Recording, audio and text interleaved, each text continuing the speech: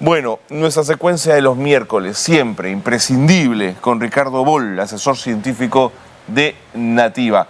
Seguimos monitoreando el fenómeno del Niño, él lo está haciendo permanentemente y hay que un poco entender qué es lo que está pasando hoy y qué nos depara este Niño 2024. ¿Cómo te va, Ricardo? Qué gusto verte, espero que hayas pasado unas estupendas fiestas. Carlos, buenos días con todos. Sí, bueno, el fin de año siempre termina siendo agotador, ¿no? Porque hay que ver a la familia, a los amigos que uno no veía hace tiempo. No es tanto de descanso, ¿no? Bueno, cuéntame, ¿cómo estás viendo lo del Niño? Bien, como hemos visto, el Niño nos trae sorpresas. Ya habíamos adelantado que cada niño es distinto. Tenemos que estudiar este niño, tenemos que hacer seguimiento a este niño, porque claramente vamos a tener otros en el futuro. Y probablemente cada vez los veamos más frecuentemente bajo un contexto de cambio climático. Así es que les traigo información del Cenami. Tenemos algunas buenas y malas noticias, así es que vamos a revisarlas. Empecemos con una imagen global, ¿no? Para ver qué es lo que está pasando en el planeta. Es un mapa de la NOAA del 8 de enero. Entonces, si lo podemos ver, vamos a poder ver primero todo el calentamiento global, todo el calentamiento que tenemos en el planeta. Podemos ver los océanos, digamos, ebullen, arden, ¿no es cierto? Todavía tenemos algunas zonas frías, felizmente. Recordemos que frente al Perú, nuestro anticiclón se reactivó a finales de diciembre y nos dio esta sorpresa, refrescando la costa peruana, pero no así el centro del Pacífico, que podemos ver que está caliente, y además en Australia. O sea, las costas australianas, tanto por el este y por el oeste, terminan estando bastante arriba del promedio. Veamos un poquito lo que está pasando en el Atlántico, y podemos ver que toda la zona ecuatorial, pero además la zona más pegada a Europa, también está caliente. Veamos ahora qué es lo que está pasando entonces un poquito a otra escala, ¿no? Los geógrafos trabajamos mucho el tema de la escala, porque una cosa es de lejos y otra cosa es de cerca, ¿no? Entonces veamos un poquito la evolución del fenómeno del Niño. Primero podemos ver este mapa que es de abril. Recordemos que el Niño nos sorprendió en marzo, o sea, llegó a finales del verano. ¿Podría volver a pasar este año? Podría volver a pasar este año. Entonces, lo que tuvimos fue un calentamiento de toda la costa y además muy focalizado, ¿no?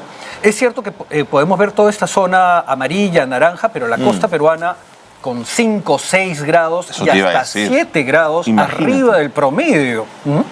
Usualmente el Niño más clásico es una masa de agua que viene desde, digamos, a través del Pacífico, atraviesa todo el Pacífico desde Australia y llega a la costa peruana. En este caso fue un calentamiento específico, lo que llamamos el fenómeno del Niño costero.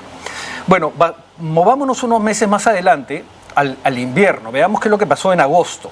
Y en agosto, si bien el agua se refrescó un poco, seguía estando mucho más arriba del promedio. Sin duda. Y teníamos, digamos, la amenaza de un Niño como el del 87, como el del 83, o como el del 97, o como el del 2017. Estábamos muy atentos. Se supone que ha habido a partir de esto grandes inversiones en el país para prevenir, ¿no?, todas las descolmataciones, infraestructuras, todo un sistema de alerta que deberíamos tener. Y en noviembre teníamos el océano muy, muy cálido. Veamos la siguiente imagen, por favor, para poder hacer la comparación. Y podemos ver, la costa peruana ya empezaba a refrescarse un poquito. Sin embargo, el océano seguía calentándose, ¿no?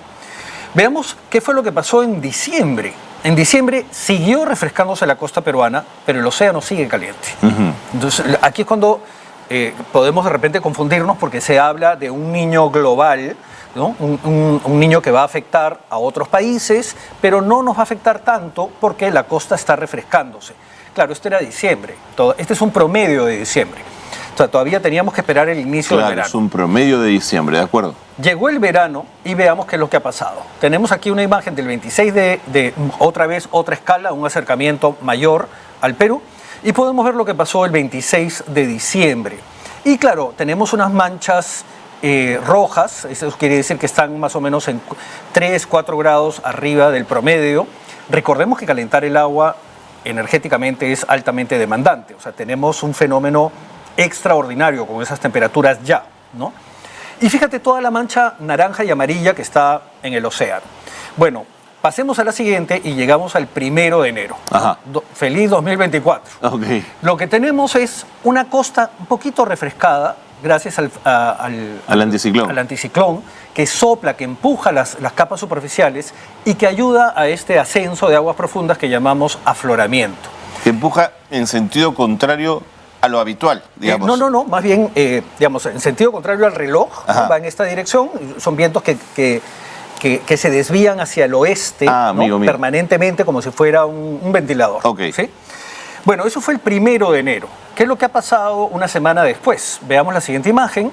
Y quiero hacer notar aquí dos cosas. Si bien la mancha roja, digamos, comienza a achicarse frente a la costa peruana, la mancha roja en el océano sigue activa. Sí. Esa mancha podría regresar a la costa peruana si el afloramiento se debilita. Punto número 1.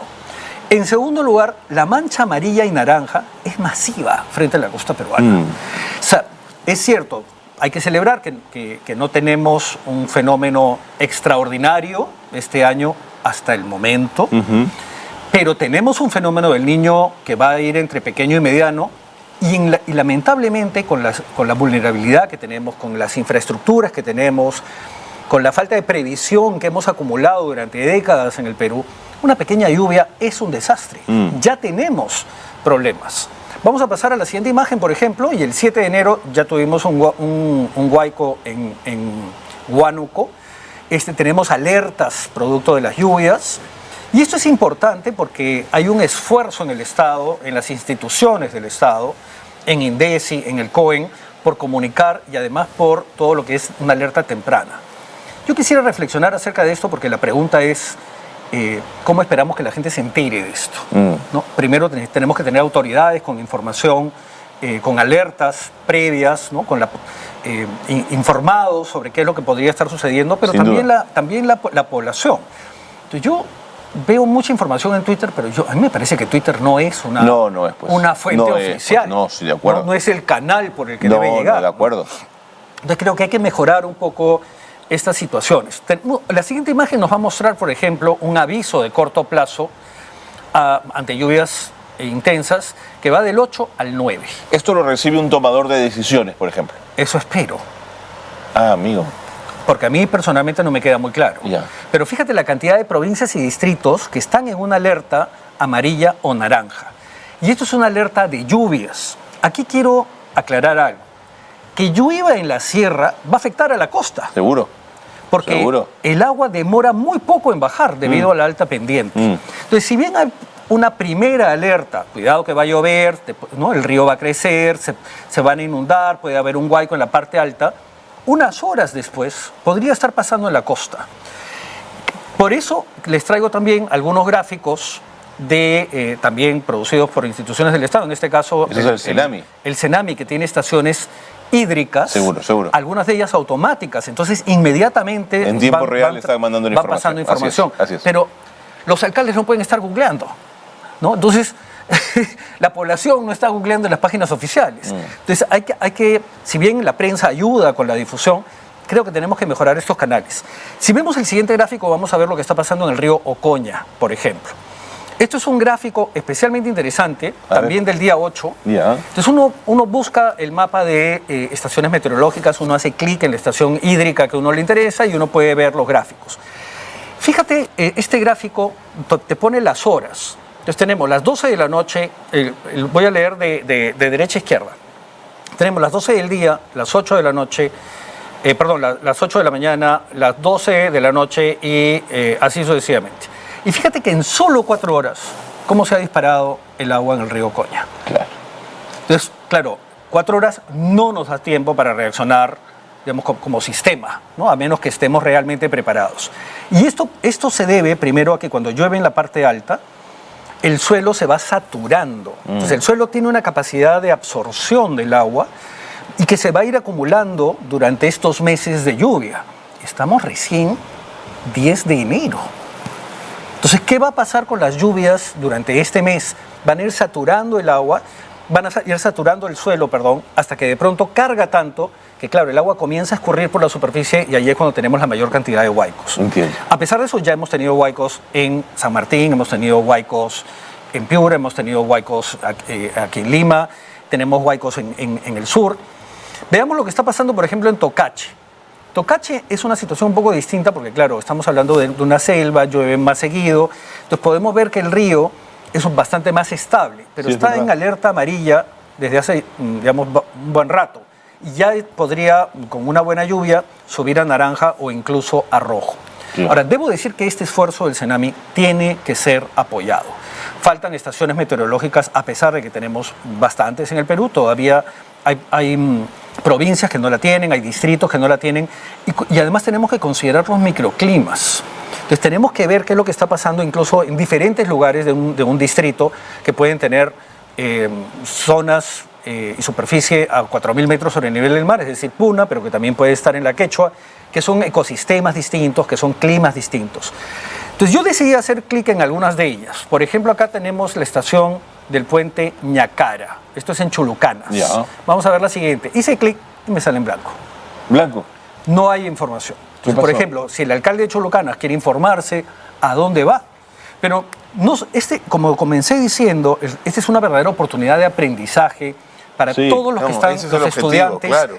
que están haciendo ciencias ambientales, geografía, biología, meteorología, climatología, ciencias forestales, todo lo que nos podamos pensar. Cuando un estudiante, cuando alguien está haciendo su tesis y recurre a información, cuando un alcalde quiere entender mejor su provincia, cuando un profesor quiere que sus estudiantes de secundaria conozcan su región, ¿a dónde van a ir? Esto no puede pasar. Y se supone que esta es una estación con información, digamos, de datos en tiempo real, ¿sí? Y además automática. Veamos la siguiente, y aquí sí encontramos información, pero parcial. Este es el caso de Huancano, en Pisco.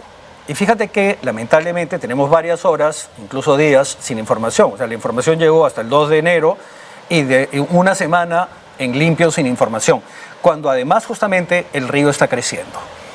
Ahora, todo esto está dándose en un contexto felizmente de mejora. O sea, así como les decía, también tenemos buenas noticias.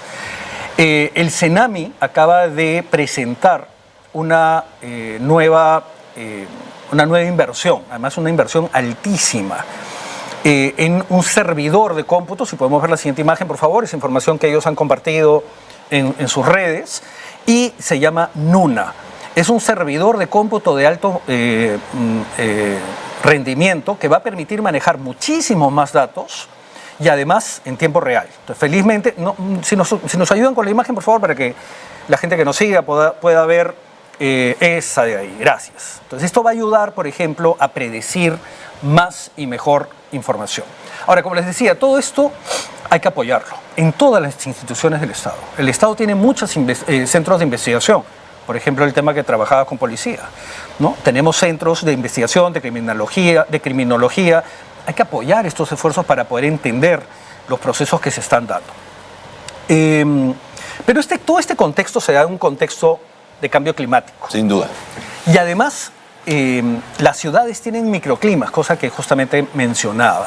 Lo que tenemos es un efecto de isla calor en las grandes ciudades. Entonces, ciudades como Piura, como Ica, como Lima, como Trujillo, tienen microclimas que debemos estudiar. Y aquí tal vez debamos apuntar a un nuevo modelo de ciudad, ¿no? Tenemos que transformar nuestras ciudades en ciudades más sostenibles, más amables. Entonces, les traigo un par de gráficos para que podamos ver cómo cambian las temperaturas dependiendo del el tipo de ciudad que hemos construido. Por ejemplo, si es que hay parques, el asfalto, Claro. por ejemplo, absorbe una gran cantidad de energía, primero por el color, porque es negro, el color negro absorbe energía, toda la sí. energía. Entonces tenemos zonas con muchas más temperaturas que otras. Entonces vamos a ver qué es lo que pasa en la ciudad de Lima. Si vemos la siguiente imagen satélite, vamos a ver, por ejemplo, San Isidro, un distrito modelo, ¿no? Con áreas verdes. Fíjate qué lindo, se ve desde arriba. Tenemos no solamente una gran cantidad de árboles en las calles que generan microclimas más amables, hay sombra, no corre viento en invierno, están zonas más abrigadas, pero además fíjate la cantidad de parques que hay. De hecho, en la zona de arriba se puede ver el famoso Golf de Sí. San Isidro. Esto crea un microclima, entonces aminora esta... Sensación de enorme calor. Así es, ¿no? Porque finalmente el asfalto, el cemento va acumulando las paredes, los techos. Entonces también aquí tenemos que pensar en todo lo que es energía no convencional, en fin. Vamos a ver la siguiente imagen y tenemos otro distrito modelo en la ciudad, que es Santiago de Surco. Y podemos ver lo mismo. Fíjate esas avenidas, todas las calles tienen árboles, tenemos parques en estas como macromanzanas. Bueno, Pudiendo haber más, Ricardo, ¿ah? Dicho sea, veo Surco, me gusta, pero creo que Surco y se podrían tener todavía más. en algunas zonas falta. Falta, ¿no? Así Sí, es. esa sensación Bueno, de- veamos otros distritos porque A ver. tenemos inequidades importantes. Eso es en la clarísimo, ciudad, pues. ¿no? Mira, pues. Ojalá todos viviéramos Ah. igual, ¿no? Esto es Villa El Salvador y podemos ver que hay dos avenidas con verde y para de contar. Pero paradójicamente es una ciudad que está construida y pensada de forma muy ordenada. Mira Así esas es. manzanas y esa, ¿no? Y si se dan cuenta, dentro de esas macromanzanas hay como unos cuadraditos Sí, grises señor. que Sí, oficialmente son parques, Claro. pero que no tienen una planta. Que no tienen una. Porque es encima de un arenal, falta infraestructura de riego, falta la distribución del agua. Claro. E incluso al lado derecho, donde Sí, está no, la ya. zona más industrial, podemos ver ahí un gran desorden, ¿no? Veamos la siguiente imagen y vemos uno de los distritos emblemáticos de Lima y del país, porque tiene 1 millón de habitantes, San Juan del Urigancho. Y fíjate, pasa lo mismo, no hay vegetación en las laderas de estos lomas rocosas. Es una ciudad también más o menos ordenada, pero no hay vegetación. Entonces, las temperaturas ahí, por supuesto, se disparan, ¿no? Entonces, veamos qué es lo que pasa ya in situ. Sigamos bajando las escalas Ya. y veamos algunas imágenes de la ciudad. Este es otro distrito emblemático, seguramente lo reconoces, esto es Barranco. Barranco. Y fíjate qué amable, ¿no? Una calle con árboles, con sombra, da gusto caminar por ahí, ¿no? Uno se siente refrescado. Esto además evita que las paredes se calienten, que las veredas se calienten, crea, como te digo, un microclima. Pasemos a otras partes del país. La penúltima imagen que les traigo es esta. Esto es Cajamarca. Y esto es una avenida. Esta es la avenida que une, que conecta la ciudad de Cajamarca con Baños del Inca. Y esta es en realidad una carretera. Fíjate qué linda carretera, con vegetación, con árboles, con muelles, con sauces. Qué gusto da pasear por ahí. Por supuesto, las temperaturas nuevamente son mucho más amables. Las ciudades pueden transformarse. Cada vez va a ser más difícil cruzar la calle, vamos de compras, vamos al mercado, y tenemos riesgos de los que espero que podamos hablar este verano, como por ejemplo los golpes de calor. Claro. Entonces, para evitar esto es que ya en algunos países las calles más transitadas, las calles más comerciales, se están toldando, digamos, ¿no? Como muestran las imágenes. Ricardo. Exactamente. Incluso, por ejemplo, con participación ciudadana. Claro. Entonces tenemos, por ejemplo, personas de la tercera edad que pueden que pueden construir una ciudad, que pueden dejar una ciudad más amable, pero además más divertida, mostrando que todos construimos la ciudad. De repente sí vale la pena repensar el concepto de ciudad que hemos generado y empezar un proceso de transformación, porque vamos a tener que vivir en este nuevo contexto. Clarísimo. Muy bien, Ricardo, muchísimas gracias. ¿Cómo has podido amarrar varios temas, ¿no es cierto? Un poco esa retrospectiva del niño, el niño hoy y lo que significa en las ciudades cuando tenemos fenómenos de esas características y cómo poder tener espacios más habitables, para todos. Gracias. A ti, recordemos que el fenómeno del niño no se ha ido. Tenemos un niño felizmente pequeño. El último niño llegó en marzo. Tenemos que seguir monitoreando a este niño, así que seguiremos hablando de esto los próximos días. Seguro que sí. Muchas gracias y buenos días con todos. Ricardo Boll es el asesor científico de Nativa, que siempre nos acompaña los días miércoles. Si usted quiere conocer de los temas que Ricardo trata y de los asuntos que siempre nos trae al programa, y que son todos ellos tan interesantes, los días miércoles, casi al inicio del programa, está Ricardo Boll con nosotros.